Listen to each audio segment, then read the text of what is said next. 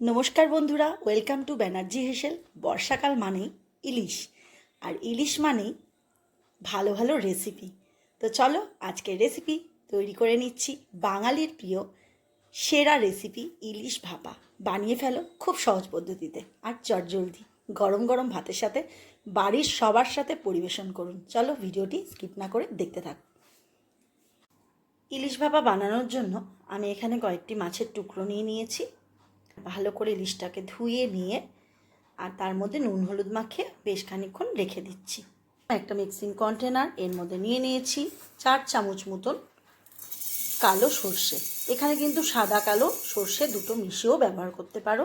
আর নিয়ে নিলাম 4 চামচ মতন পোস্ত। দিয়ে দিলাম এখানে 3টি কাঁচা লঙ্কা। যেহেতু এতে সর্ষে দেওয়া আছে, একটু সামান্য নুন দিয়ে পেস্ট করে নেবো যাতে সর্ষেটা না তিতো হয়। দিলাম একটু নুন।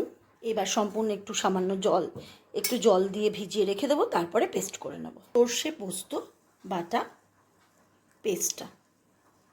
এর মধ্যে যেহেতু আমি পোস্তর সাথে সর্ষে বেটেছি, সেই জন্য আমি ছাঁকলাম না। যদি তোমরা শুধুমাত্র সর্ষে বাটো, তাহলে পরে কিন্তু স্ট্রেনারে করে ছেঁকে নিতে পারো। মিক্সিং কন্টেনারটা ধোয়া জল এর মধ্যে দিয়ে দিলাম। এর মধ্যে একটু জিরের গুঁড়ো দিয়ে দেবো, একটু হলুদ গুঁড়ো, খেতেও নুন দেওয়া আছে আর সর্ষে পোস্ত বাটাতেও নুন দেওয়া আছে, তাই জন্য একটু সামান্য নুন দেব, যদি প্রয়োজন হয় পরে দিয়ে নেব। আর দিয়ে দেবো এখানে বেশ খানিকটা সর্ষের তেল দিয়ে দিলাম। এই রান্নাটা কিন্তু অবশ্যই সর্ষের তেলে ব্যবহার করতে হবে। এবার ভালো করে মিক্সড করে নেব।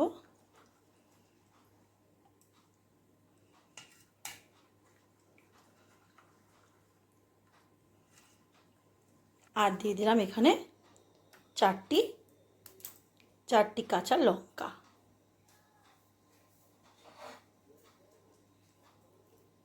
এইবার একে একে মাছের পিসগুলো এর মধ্যে দিয়ে দেব।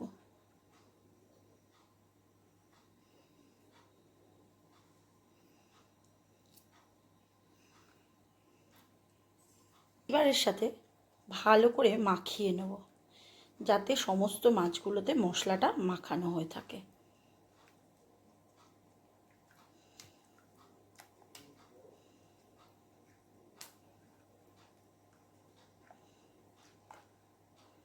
সমস্ত মাছগুলোই ডুবে গেছে, এর থেকে কিন্তু আর জল দেওয়ার প্রয়োজন নেই। এবার টিফিন বক্সটাকে ঢাকা দিয়ে কড়াতে গরম জল বসিয়ে দেবো। একটা কড়ার মধ্যে জল বসিয়ে দিয়েছি, জলটা ভালো মতন ফুটে গেছে। তার মধ্যে দিয়ে দিয়েছি একটা স্টিলের স্ট্যান্ডটা যেন জলে ডুবে থাকে, এটা মাথায় রাখতে হবে। এবার এর মধ্যে দিয়ে দেবো টিফিন বক্স। দেখো বন্ধুরা, জলটা কিন্তু টিফিন বক্সের তলাটা কিন্তু জলে একটু ডুবে থাকবে, যেন কখনোই কর্নার অবধি জল না চলে আসে, তাহলে কিন্তু টিফিন বক্সের ভেতরে জল ঢুকে যাবে। এবার আমি একটা চাপা দিয়ে দেবো।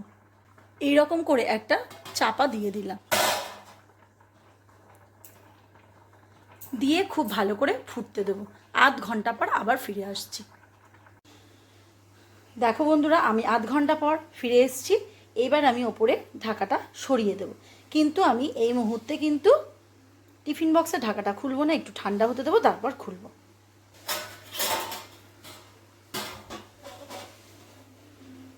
ওপরে ঢাকাটা সরিয়ে দিলাম, এটাকে বন্ধ করে, আর কৌটোটা একটু ঠান্ডা হতে দেবো, তারপর খুলে নেব স্টিলের কৌটোটা।